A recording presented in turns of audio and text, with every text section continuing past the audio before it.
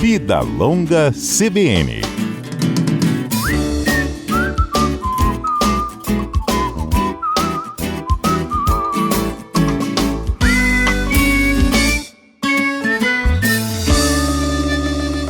Eu converso agora com o médico Leandro de Assis. Ele é coordenador do Serviço de Neurocirurgia e de Neuroradiologia Terapêutica do Hospital Central. Está ligado diretamente também ao setor de ensino, pesquisa e inovação da Fundação Capixaba. Neurocirurgião, vamos falar um pouquinho sobre Parkinson no Vida Longa deste sábado. Doutor, bom dia, seja bem-vindo. Bom dia, Fernanda. Vamos lá, vamos falar sobre Parkinson. Vamos explicar para os nossos ouvintes, de um modo geral, o que é o Parkinson e como que a gente identifica os primeiros sintomas da doença. O Parkinson é uma doença neurodegenerativa que acomete principalmente o idoso, né? Então, é uma doença relacionada à idade e que basicamente ocorre por causa da degeneração de um núcleo do cérebro chamado substância negra e da produção de um neurotransmissor que de nome de dopamina, tá? Que é muito conhecido de vários nós, que é um neurotransmissor que nos dá alegria, agilidade e algumas outras coisas que participam do controle de alguns circuitos cerebrais. A queda desse neurotransmissor ao longo do tempo em algumas pessoas vão levar a que esse paciente tenha sintomas principalmente motores, que são o tremor, né, que todos nós conhecemos como tumor de Parkinson, né? Uma lentidão de movimentos e uma rigidez. Um paciente fica rígido, com um movimento lento e muito e com dificuldade de fazer aquele movimento, né? E com isso do andar e de ter várias coisas da vida da condição de vida diária, né? E esse quadro ele é progressivo, ele começa lento e ele é progressivo com a idade. A partir de que idade a gente começa a perceber esses sintomas? E isso classifica ou desclassifica a doença também? Um pouco, tá? O Parkinson é mais característico da pessoa acima dos 60 anos. Mas nós temos o Parkinson de origem precoce, que pode acontecer com as pessoas em torno de 40 ou 50 anos de idade. Lógico que esses casos não são tão frequentes como o idoso, né? Normalmente acima de 60 anos, e a incidência vem aumentando porque nós estamos ficando mais longínquos, né? Então nós temos uma incidência maior de idosos e com isso a incidência maior de pacientes portadores de doença de Parkinson. Todas as doenças degenerativas, elas tendem então a aumentar por conta da vida longa? Com certeza, né? Porque nós somos expostos a um maior tempo de vida e aí são as características das doenças degenerativas, né? E o que leva à queda da dopamina, sim, para o ser humano? É uma condição hereditária, genética? É uma condição de não viver bem em condições saudáveis da vida? É isso aí, multifatorial, tá? Existem algumas características genéticas, alguns alelos e algumas coisas que são genéticas e transmissíveis, mas não é o principal. Mas isso tem a ver com vários fatores, inclusive ambientais, algumas alimentações, características de vida, não prática de atividade física, nada assim específico, mas tem a ver com isso. Mas o principal fator de risco é a idade, né? É o viver muito. E aí, o primeiro sintoma é o tremor? Assim, tem o Parkinson. O que levantou o alerta dentro de casa? Nem sempre o tremor é o primeiro sintoma, mas é o que nós vemos mais e o que nós associamos mais, né? Porque muitas vezes os sintomas como a lentidão ou como a rigidez são atribuídos à idade ou ao envelhecer e nós não achamos que isso é Parkinson, mas pode ser. Ok, e aí a gente procura um médico, um especialista, é um neurologista? Um neurologista, isso. E como que é essa triagem? Então, normalmente você vai ter o seu médico de uso, médico regular, ou seu médico de família, ou seu geriatra, ou o que for, e aí ele vai levantar algumas hipóteses. Muitas vezes o tratamento inicial começa até com o próprio geriatra. E depois ele vai progredindo e vai para um especialista, porque aí começa a ter necessidade de as junções de várias medicações ou de controles disso, e aí precisa de um especialista realmente, né? Entendido. Mas é um exame de sangue que confirma, um exame de imagem ou um exame clínico? Exame clínico, totalmente clínico. O diagnóstico da doença de Parkinson é um exame, você ter esses sintomas, né? Então você tem basicamente esses sintomas e a análise do médico e a exclusão de outras doenças que podem mimetizar, né? Doutor, a gente começou falando do tremor das mãos, né? Ele se torna uma condição incapacitante? Assim, a pessoa vai chegar a um ponto em que ela perde seus movimentos? não é que ela perde o movimento, né? Porque assim, a doença de Parkinson, nós não perdemos a força, nós perdemos a qualidade do movimento, como executá-lo, né? Então, ele vai ficar incapacitante porque o movimento dele começa a ser um movimento não adequado. E aí ele vai ter perda da função motora, né? Uhum. Mas isso leva ao óbito do paciente? Em fases tardias, sim. Porque ele vai. Que tipo de paralisia mais ele provoca? Eu estou tentando fazer uma relação aqui com a esclerose. Não, mas você não leva uma São paralisia, diferentes, né? mas os pacientes vão ficar cada dia mais limitados ao leito, com dificuldade de ter, pode ter alterações psiquiátricas, pode ter várias alterações, que a gente pode ter os sintomas motores, mas a gente também pode ter o que a gente chama de sintomas não motores, como alteração da qualidade do sono, alterações psiquiátricas, alterações gastrointestinais. Existem outros sintomas que não são tão visíveis ou tão identificados, mas que são relacionados à doença. Uhum. E o que existe hoje de tratamento, de medicamento, de cirurgia? Então, o tratamento inicial, normalmente ele é medicamentoso e mudança de estilo de vida, vamos dizer assim, né? Então, existem várias medicações que vão ser associadas, modificadas ou de posologias adaptadas pelo neurologista, segundo a necessidade do paciente, mas também as terapias não medicamentosas são extremamente importantes, como reabilitações, fisioterapia, atividade física, academia, yoga, acupuntura, avaliações psicológicas ou psiquiátricas, todos fazem parte do tratamento. Então, ele é multifatorial, né? Uhum. E aí há um conjunto de ações, não é mesmo? É um O conjunto de projeto de ações. vocês, dentro do Hospital Central, é uma cirurgia inédita.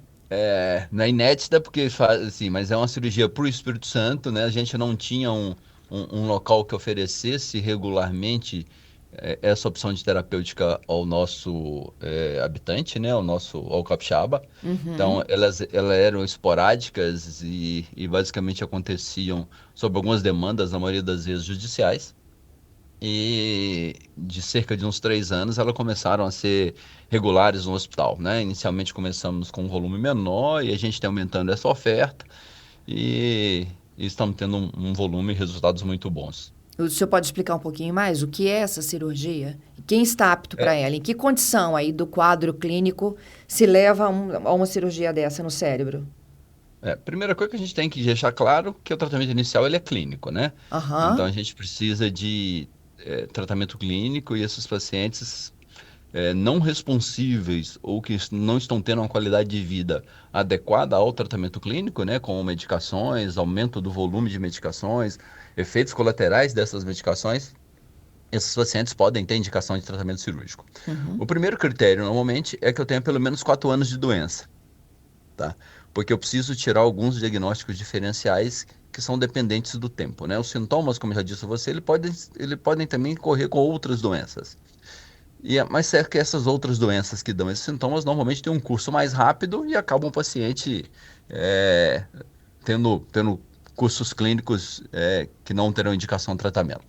Mas o Parkinson é uma doença lenta, é uma doença de progressões de anos, década, né? Então, normalmente o paciente tem indicação de tratamento a partir do 4º ano de doença. Esse é o primeiro critério. Os outros critérios é ele já não está respondendo adequadamente à medicação, estarem tendo efeitos colaterais, como movimentos anormais, excessos de movimentos ou algumas coisas relacionadas à medicação, ou a própria perda da qualidade de vida, né? Uhum. Também não é indicado em pacientes extremamente idosos, porque também aí a expectativa de vida já reduziu demais, né? E, e nem em pacientes que já têm um quadro de demência muito definido, que também não se beneficiarão da terapêutica. O medicamento em si, ele tende a estacionar a doença? Não, a doença é uma doença progressiva, nenhuma dos tratamentos estaciona. Tem tentado ter pesquisas para poder ter cuidados neurointensivos que possam reduzir ou estabilizar a doença, mas ainda não. Nenhum dos tratamentos levam à cura. Eles são tratamentos tanto medicamentosos como cirúrgicos, são tratamentos para melhora da qualidade de vida, né? Uhum. Entendido. E aí a cirurgia está indicada nesses pacientes, e a cirurgia é uma cirurgia que é basicamente a colocação de 2 eletrodos, um em cada hemisfério, né, em cada lado do cérebro, em um núcleo específico do circuito de movimentos do, do indivíduo, né, e que controlem esses movimentos, né, através de um marca-passo, uma bateria que é instalada, que é controlada por um aplicativo, que eu controlo a intensidade, frequência, do pulso elétrico que vai a esse núcleo. Eu vou modular o estímulo elétrico do cérebro para que a gente reduza esses movimentos de tremor, espasticidade, que é rigidez, né? E de lentidão de movimentos, com uma melhora extremamente significante. Mas a terapêutica cirúrgica, ela não é uma terapêutica de cura, é uma terapêutica adjuvante, né? Então, a cirurgia associada à medicação, normalmente a cirurgia vai reduzir o volume, a quantidade de medicação, e com isso os efeitos colaterais, o paciente tem uma melhora significativa da sua qualidade de vida, podendo Porque, ser ajustado ao longo do tempo, né? Já que é um aham, aparelho controlado por Bluetooth, né? entendido. Então, olha só, esses dois eletrodos, eles vão estimular uma frequência, podemos dizer assim, desses Isso. movimentos. Vamos fazer uma analogia ao marca-passo do coração? Aham, Então, é como se fosse um marca-passo no cérebro, onde eu tenho um controlador que externamente eu controlo através de um aplicativo e em que eu modulo o estímulo que eu coloco no circuito cerebral relacionado a esses movimentos. entendido. Quantas cirurgias o senhor faz por mês aí no hospital? Hoje nós estamos fazendo cerca de 2 cirurgias por mês. Esse processo é um processo progressivo, né? E vai da demanda, a demanda vai aumentando e a Secretaria de Saúde vai ampliando a oferta. Mas hoje talvez o maior programa de público do Brasil, talvez seja aqui hoje. Muito bom. Doutor, eu li recentemente de que chegou também uma espécie de uma câmera, não é isso? Para um tratamento que promete ser inovador também para o Parkinson, que uma única É, sessão você já conseguiria controlar consideravelmente esses movimentos repetitivos. Existe, de fato? Funciona? O que o senhor sabe sobre isso? funciona, assim. O tratamento ele pode ser, assim, o tratamento cirúrgico, ele pode ser um procedimento como é esse, né, do estimulador cerebral, que é um modulador, eu vou modular o estímulo, mas eu posso fazer uma lesão também em alguns núcleos, né? Essa lesão, ela pode ser por térmica, né, eu ia com o eletrodo e fazer uma lesão térmica, mas esse tratamento que você está falando é um tratamento que a gente chama de ultrassom focado. Uhum. Dentro de uma ressonância, se coloca um aparelho na cabeça do paciente e um ultrassom com foco de onda bem definido em um local vai fazer também uma lesão térmica nesse núcleo. É bem efetivo, ainda não é uma coisa muito disponível no dia a dia. No Brasil chegou o primeiro aparelho há pouco tempo, né? Mas é uma terapêutica promissora. E eu imagino que ainda é muito caro, não? Para a grande maioria da população. Ainda cara e não acessível, porque só temos um aparelho e qual é o volume de pacientes que nós conseguimos atender atualmente com esse, né? Aham. Então, ainda não é uma terapêutica disponível em grande volume, né? Entendido. Dr. Leandro de Assis é o meu convidado de hoje no quadro Vida Longa CBN. A gente fala sobre Parkinson, sobre uma cirurgia também que é inovadora em unidades públicas aqui do Espírito Santo. Eu estou falando do Hospital Estadual Central, localizado aqui na capital Vitória. Dr. Leandro, se eu pudesse aqui, para finalizar, elencar o que a gente precisa de saber para tentar evitar o Parkinson ao longo da vida, né? Se eu pudesse falar assim, olha, eu aplico isso na minha vida. Então, como quase tudo da longevidade, o que é mais importante é que a gente tenha qualidade de vida e atividade física, alimentação, cuidado de vida diária, né? Cuidado com doenças cardiovasculares, então controle de hipertensão, diabetes, alimentação. E isso é que vai levar a que a gente tenha uma vida longa e saudável, não só para o Parkinson, né? Eu acho que as doenças degenerativas são muito relacionadas à qualidade de vida que nós implicamos durante a vida inteira, né? Não adianta a gente pensar na vida quando estamos velhos, né? A gente tem que cuidar da saúde, durante o nosso curso de vida, né? É isso. Queria te agradecer pela gentileza e pela conversa. Obrigado, à disposição. Bom dia. Bom dia. Eu conversei com o médico neurologista Leandro de Assis.